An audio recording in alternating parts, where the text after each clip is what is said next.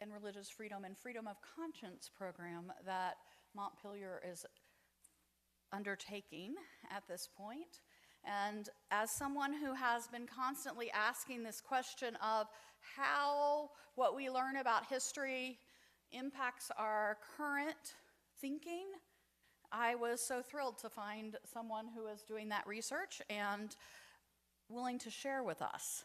So Hilarie's done a significant amount of research, and they've done a significant amount of surveying, and she is going to share with us in the next bit of time what they have found and some of the questions they're asking. And then we're going to break up into small groups for you all to have some time to talk with each other.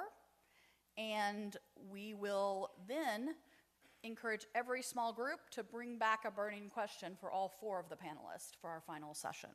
So once Hilarie's finished, I will break you all up and we'll tell you where we're headed for small groups. I'm sorry, I'm getting a good hint and I can't. Oh, does anyone here play organ? Oh, okay. If anyone plays the organ, there's been a request at the end of the session for you to turn it on and at least do a little bit so people can hear it. We're happy to have that happen. So, Becky has handouts of all of Hilarie's slides too for you. Hilarie, thank you. Thank you, Stacy. I'm just curious, I know we have people from a number of different states here. How many people have actually been to James Madison's Montpelier? How many people have been to James Madison's Montpelier? Okay, a goodly number. Great. Well, then I don't have to do too much background to tell you what Montpelier is, but for those of you who haven't been there, Montpelier was the lifelong home of James Madison. And this morning we were talking about the state of religious liberty at the time of the Revolution. So it may seem like a big jump that I'm going to go ahead and talk about freedom of religion and people's thoughts about it today, but I think we're going to see some interesting connections. So Montpelier does have a good reason for wanting to know what people are thinking about religious freedom. We are in year 2 of a 5-year grant project where we're going to be creating a permanent exhibition on James Madison and freedom of conscience. And there's also going to be a traveling version of the exhibition, which will tour the country through the Smithsonian Institution Traveling Exhibition Service, and we'll also have speakers and related programming. But before we went too far in designing the exhibition, we wanted to have a clearer sense of what visitors already thought about the topic.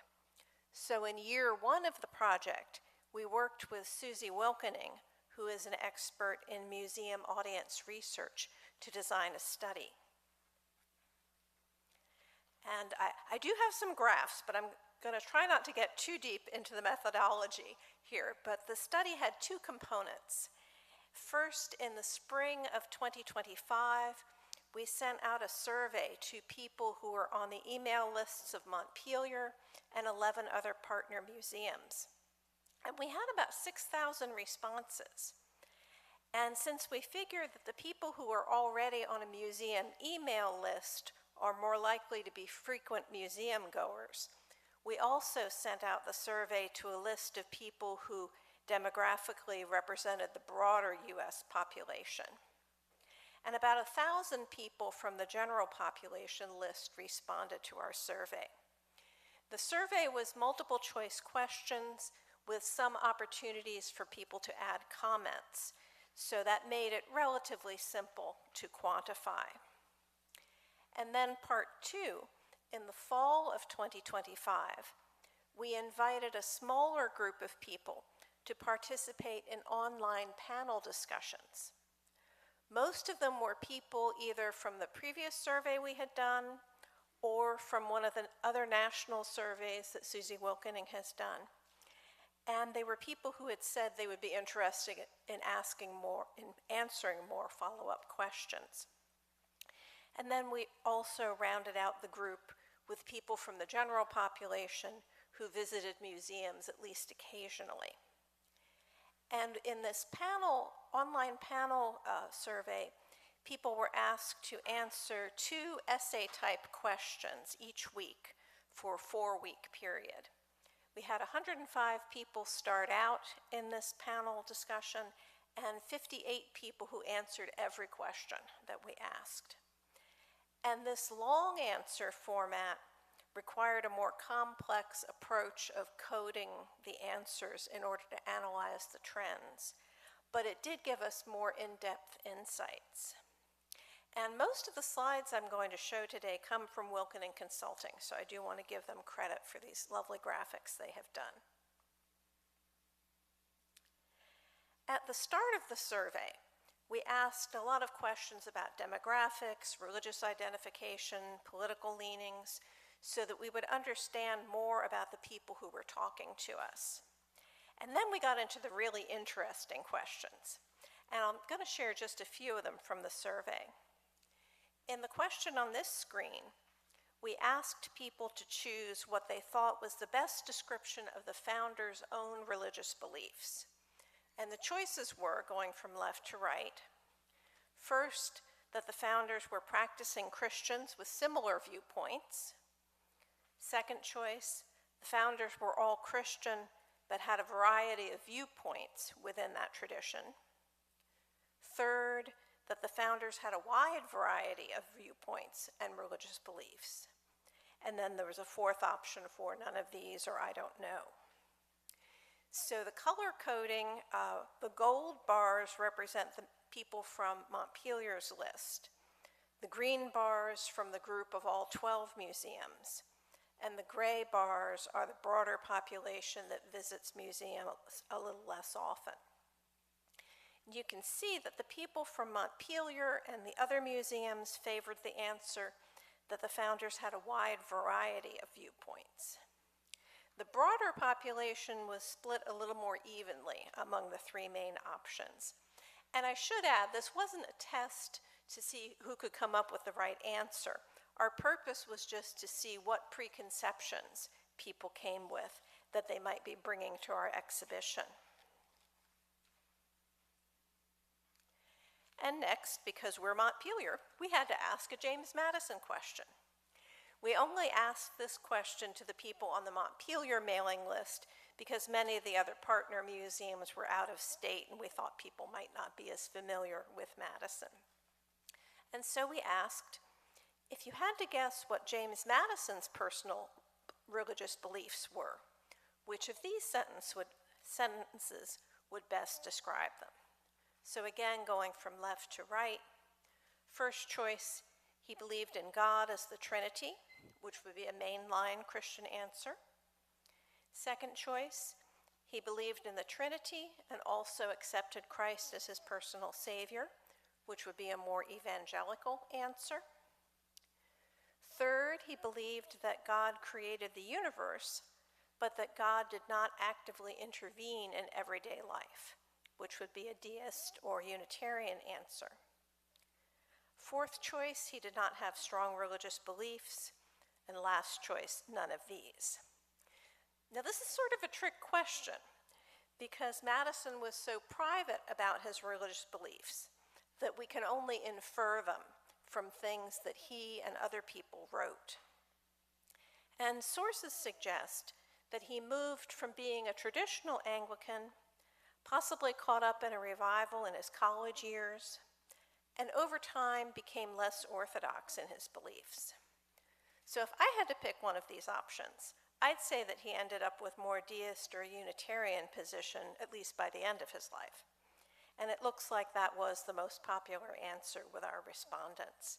Again, we weren't looking for a right answer, but just wanted a sense of what people already thought.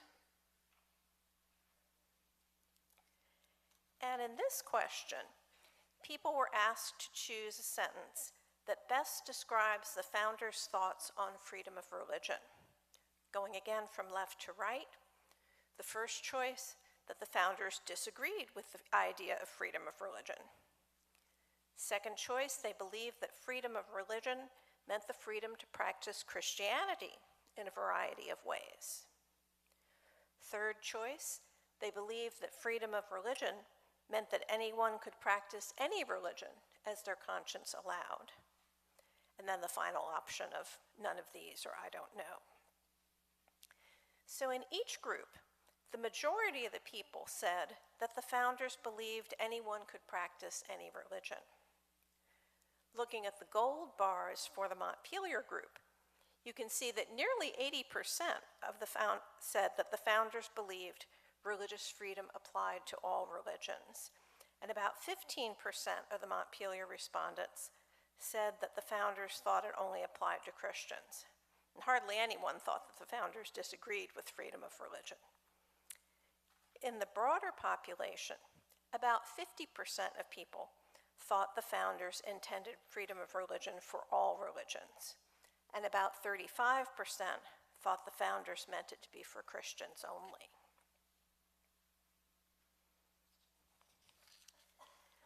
For the next set of questions, we did something kind of interesting.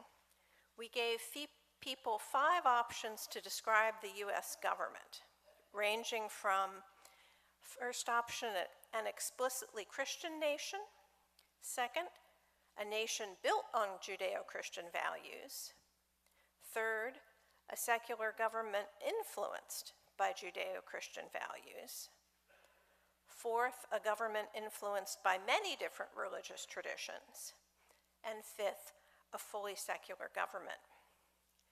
And then we asked participants to answer the question in 3 different ways with these same 5 options, plus, of course, the final option of don't know or none of these. So we asked them to pick the description from those 5 descriptions that best fit the government as the founders intended it to be, as it actually operates today, and as the survey respondents thought it ought to work. For Montpelier respondents, the gold bars, and museum respondents generally, the green, the most popular answer was the middle ground, that the founders intended a secular government influenced by Judeo-Christian values. The general population group was more divided, but the gray bars show that their most popular answer was that the founders intended a government influenced by many traditions.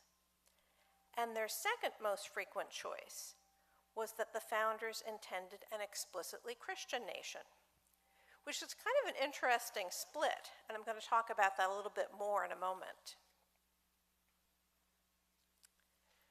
When the survey respondents thought about how government actually works today, the gold and green groups, Montpelier and the museum-affiliated people generally, again picked the middle option.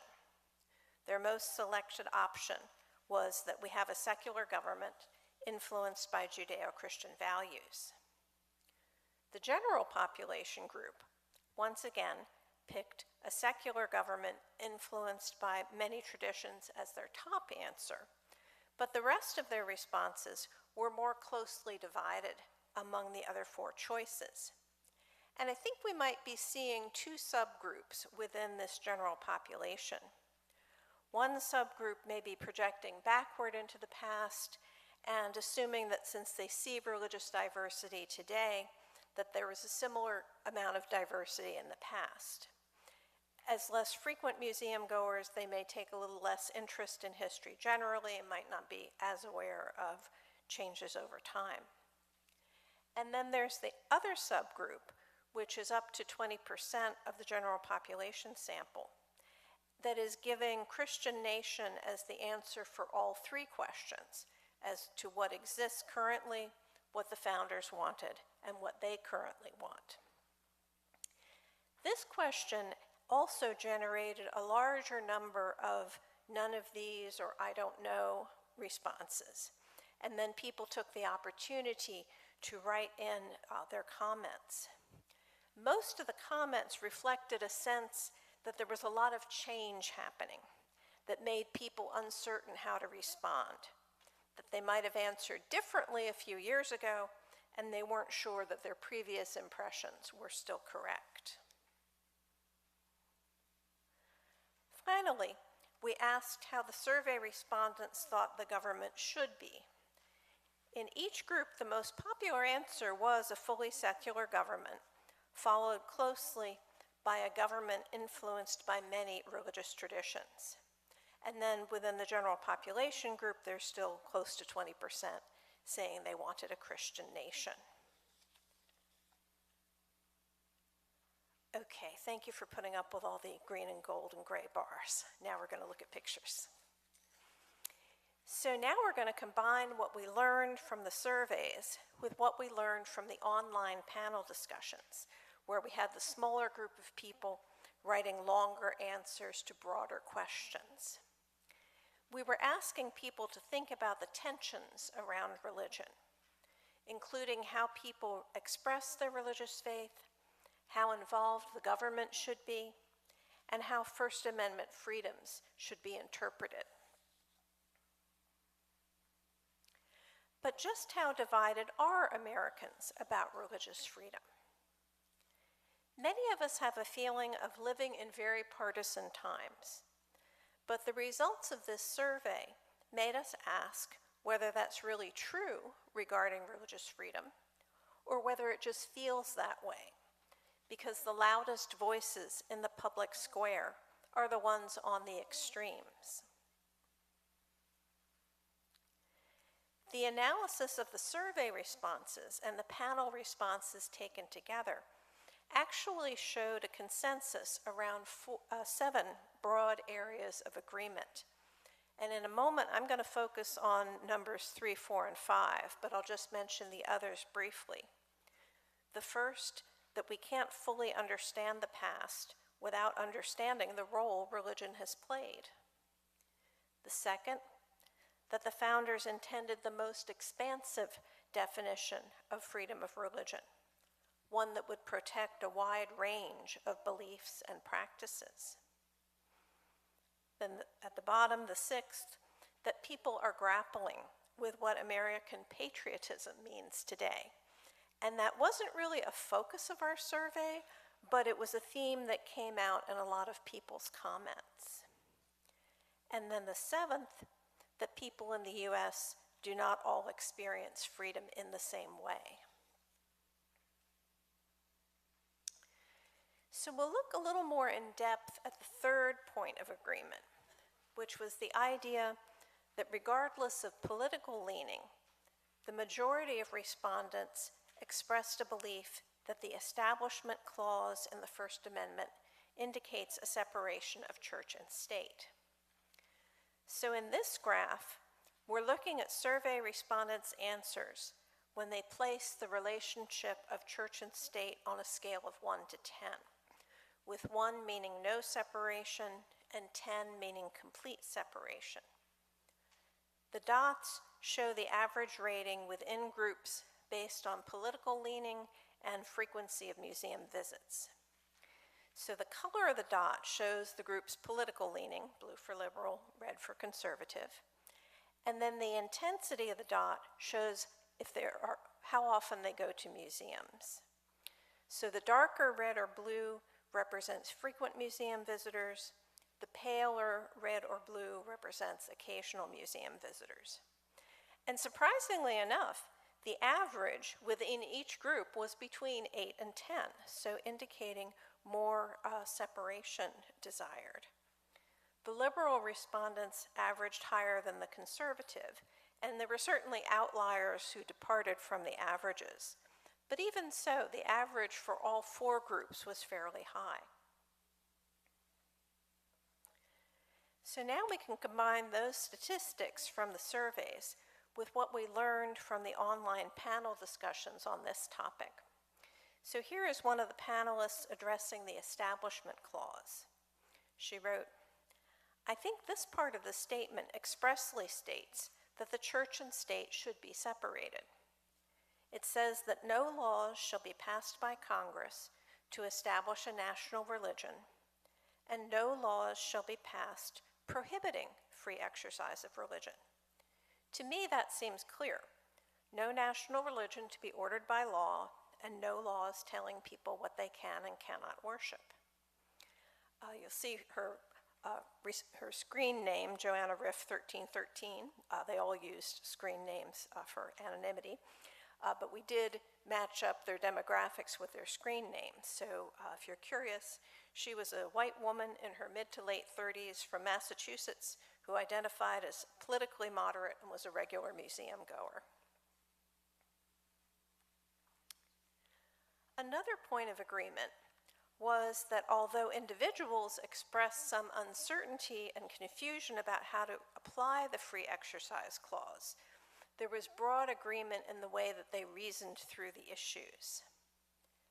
In the survey, people were asked to score from 1 to 10 the extent to which there should be public accommodation of religious belief.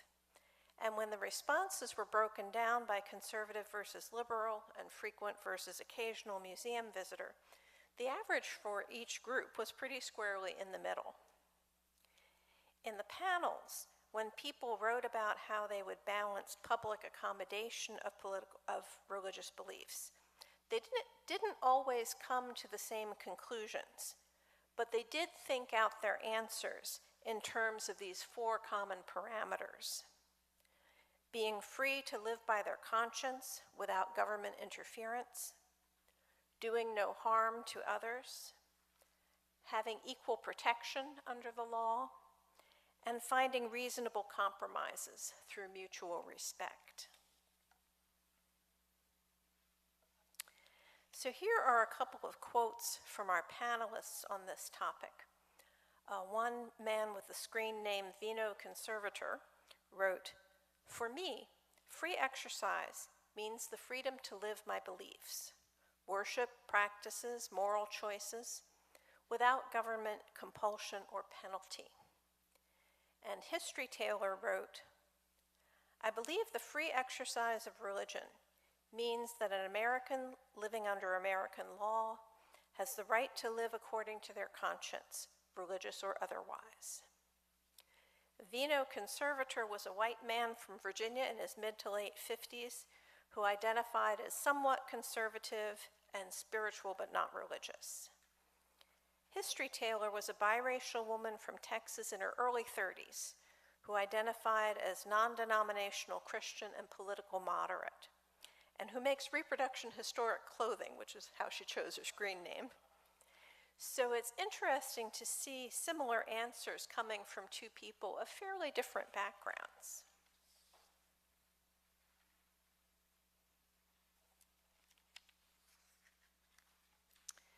The last point of agreement that I'm going to discuss here is the idea that freedom, as laid out by the First Amendment, is a unifying American ideal.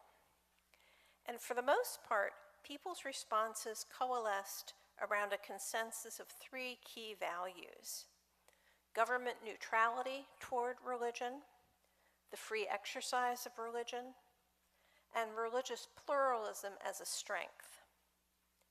There were occasional responses that reflected Christian nationalism or similar ideologies, but they were outliers in comparison to these broad consensus ideas. And in this section, we asked some questions to clarify people's views on the meaning of freedom of conscience in comparison to the meaning of freedom of religion, because we plan to use both terms in our exhibition. And this panelist, Ernie, summed up the difference pretty well, I think. Conscience is a personal sense of what is right or wrong, which is similar to religion, because religion can be a personal set of beliefs which guide a person's feeling of right and wrong. Religion varies from conscience because religion can also be organized and a group activity, while conscience is internal. Ernie was a man from New York State in his late 60s with Native American heritage who identified as a politically moderate mainline Protestant. Now, a small number of respondents had a different impression. They equated freedom of conscience to having a license to do whatever you please, almost as if it was freedom from conscience. I had to laugh a little when I read the comment on the left.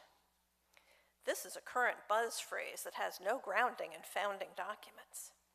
Freedom of conscience opens the door to people feeling entitled to do whatever they want, regardless of the impact on others or society as a whole. Taken to its logical end, my freedom of conscience told me I am entitled to your car. Therefore, I should be able to take it with no repercussions. A foolish phrase. Now, I can point you to quite a few passages where James Madison used the phrase freedom of conscience, and Pastor Dan this morning referred to one where James Leland used the phrase. And in fact, when Madison wrote the original draft of the Bill of Rights, he referred to freedom of conscience, and Congress changed it to freedom of religion. Now, the next comment is somewhat similar. In practice, I think it means there is no ethical frame, and the needs of one's conscience are privileged above everything and everyone, allowing people to choose to harm others under the guise of claiming their own freedom. And other people were confused about the term conscience, and some associated it with being conscious, as opposed to unconscious or subconscious. So Z wrote, unconscious people give up their power to others to make decisions for them, which is true, but not really what we were talking about with freedom of conscience. Another person wrote, interesting question. My conscious thinking versus subconscious can take very different tracks. Again, can't disagree with that, but not what we were talking about. And someone wrote, what comes to mind is a desire to warp word meanings, history, etc., which seems to tie into that previous idea of freedom from conscience and doing self-serving things under the guise of claiming freedom. Now, one person must have associated conscience with guilt, because their definition of freedom of conscience was guilt-free, ? And one other person wrote, I would not wish anyone freedom of conscience, without saying exactly what they thought it meant, but clearly they knew it was something bad. So these answers confirm to us that even if it's a small number of people who get confused by the term freedom of conscience, we are going to need to make sure that we explain it pretty clearly in the exhibition. But the overriding message from this study was that, at least among the people who were willing to spend some time thinking and sharing about religious freedom with us, there was not as much division as we might have expected, based on the loudest voices that we hear every day. And as our consultant Susie Wilkening so nicely summarized it, the mainstream narrative of division doesn't represent how most people feel about their fellow Americans or this country. Instead, most people want the American experiment to succeed, and their individual approaches to the freedoms we all share are rooted in thoughtfulness, mutual respect, and pragmatism. So how do our findings compare with the state of religious freedom in the founding era? Most of the participants in our study valued freedom of religion, and there is certainly a through line stretching back to the people of the founding era. People like James Madison, Thomas Jefferson, members and leaders of the dissenting congregations, who all worked so hard to set up a system to protect religious freedom. And as Madison wrote in 1820, the United States have the noble merit of first unshackling the conscience from persecuting laws and of establishing among religious sects a legal equality. In the founding era, it was quite an accomplishment to put just a small number of dissenting sects on the same legal footing as the formerly established church, and to acknowledge that other religions like Judaism and Islam deserved the same legal rights, even if their members were few in number at that time. Freedom of religion led to a flowering of new religions in the 19th century, And today our religious landscape is even more varied, which, sadly, also means that there are more opportunities for bigotry, misunderstanding, and conflict. But Madison's words can bring us back to first principles. As he wrote in 1833, "I must admit, moreover, that it may not be easy in every possible case to trace the line of separation between the rights of religion and the civil authority, with such distinctness as to avoid collisions and doubts on unessential points. The tendency to a usurpation on one side or the other, or to a corrupting coalition or alliance between them, will be best guarded against by an entire abstinence of the government from interference, in any way whatever, beyond the necessity of preserving public order and protecting each sect against trespasses on its legal rights by others." I love the fact that Madison, even at that time, recognized the challenges in tracing the line between church and state. But he saw it as the best strategy to cope with the messiness inherent in a multiplicity of beliefs. Writing in 1823, "The settled opinion here is that religion is essentially distinct from civil government and exempt from its cognizance, that a connection between them is injurious to both,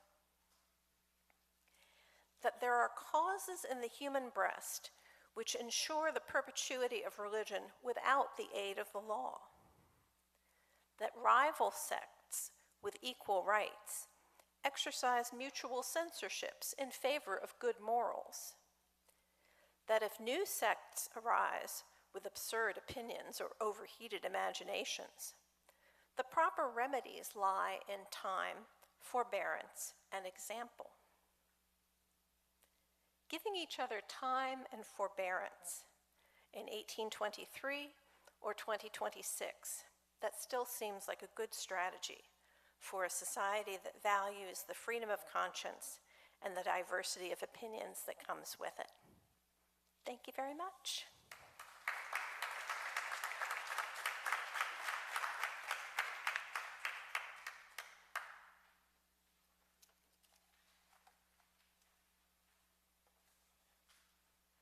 I boxed myself in here.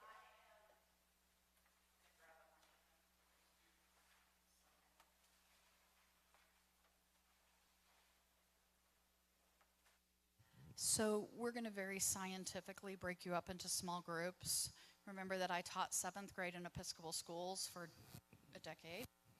I'm going to intentionally count off and have you go to whatever group I give you as far as your number. And the reason is because I'm just guessing that you may have talked to the people you're sitting with more today than you've talked with anybody else. So, and the goal, and then I'm going to have our panelists go up to the front, and I'll bring you a chair, Hilarie, so that they can spend a little time talking about tomorrow morning's panel while you all are doing this. If you have your handout that had your schedule on it for today, you will see that I've given you some small group questions. The most important thing for you to know is that each group is being asked to bring back to the 4 panelists a burning question that you have. And those will be the questions that we end the day with. So I've given you 3 questions to start your small group conversations, but you don't have to stick to those. If there's something else that comes about and you have a burning question about something else, that is your work for this small group time. And it is 2:20, and you have 30 minutes in your small group. So